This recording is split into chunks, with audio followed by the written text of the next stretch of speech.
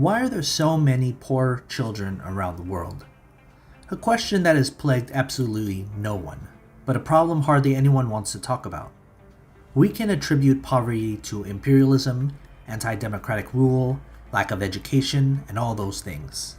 But the one thing we rarely touch upon is religion. Whether it's Christianity or Islam, its teachings and those who follow the Lord's work here on earth and call it godly, are what is mainly responsible for all the poor young souls starving on the streets.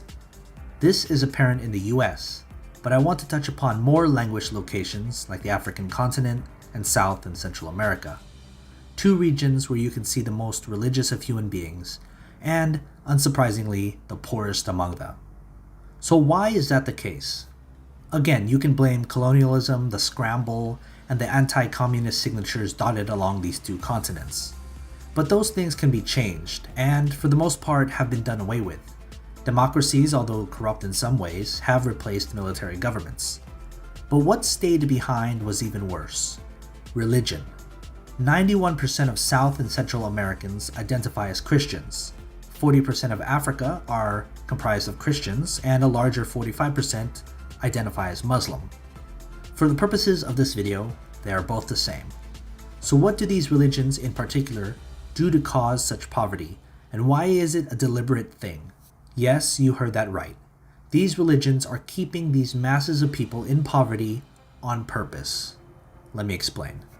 Genesis 1:28 says, "Be fruitful and multiply and replenish the earth."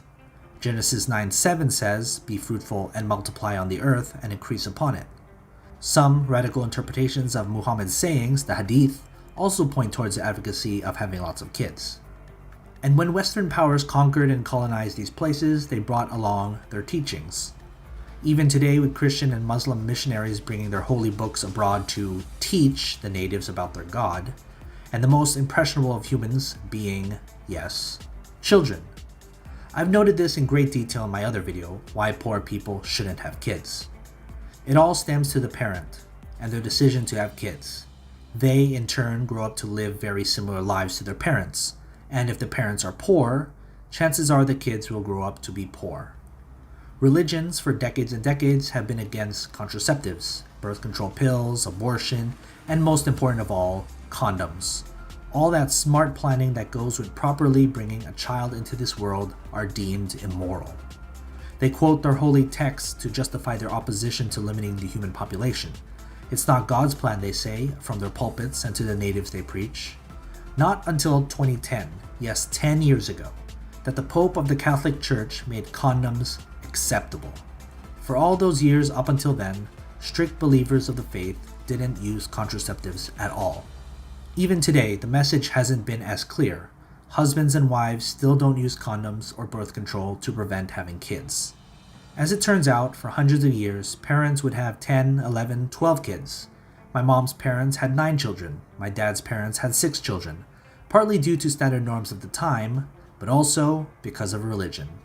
Look at the almost universal Christian South America, and to an even greater extent Central America, where poverty is already rampant because of colonialism and military rule.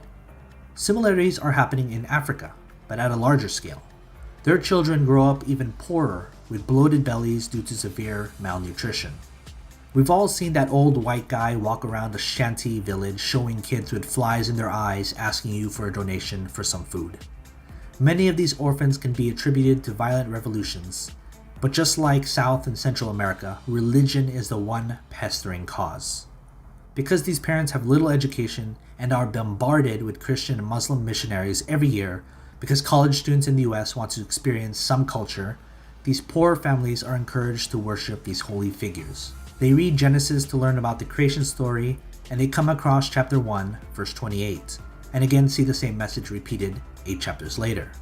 They ask what this fruitful and multiply thing means. And young Timmy, who last month was drunk out of his mind at a party at Liberty University, answered it as God's way of telling his followers to have lots of children. So this native convert follows the message and has 8, 9, 10 children with his wife.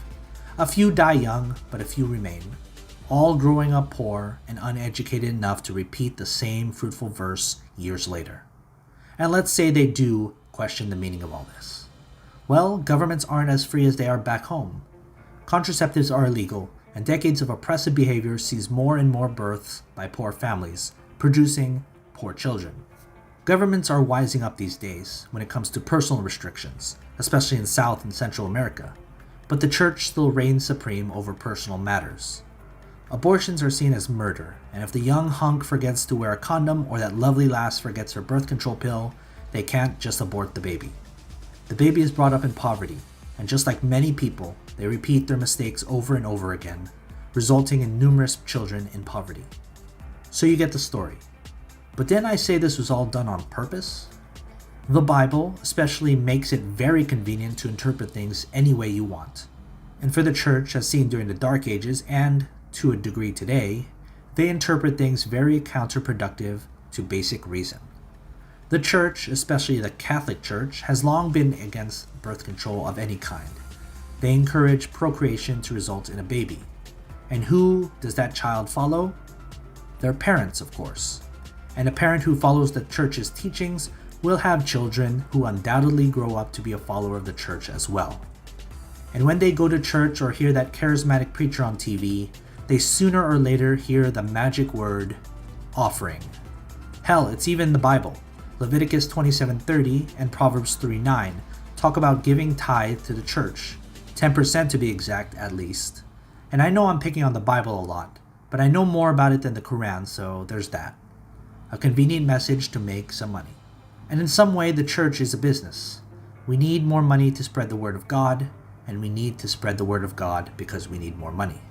At least that's what televangelists keep telling themselves. So even though this family with 9 kids are poor because almost every resource is going to feeding and sheltering everybody, they still pinch every week to give a little bit of money to the church. And if these poor kids survive childhood and start families of their own, that's 9 more families who will give money to the church. And if each of these 9 families have 9 kids each, that's 81 families down the road giving to the church. It's a perpetual money-making machine, especially in poor places like Africa and South and Central America, where a mix of poor education and a deep faith in God results in offerings to the church. To conclude things, I'm not telling anyone to stop having a religion or worshiping whoever they want. The purpose of this video is to shine light into why having a lot of children is encouraged, despite being in severe poverty. A unique perspective on life. If you enjoyed this video, please consider dropping a like and subscribing to my channel. As always, take care of your money.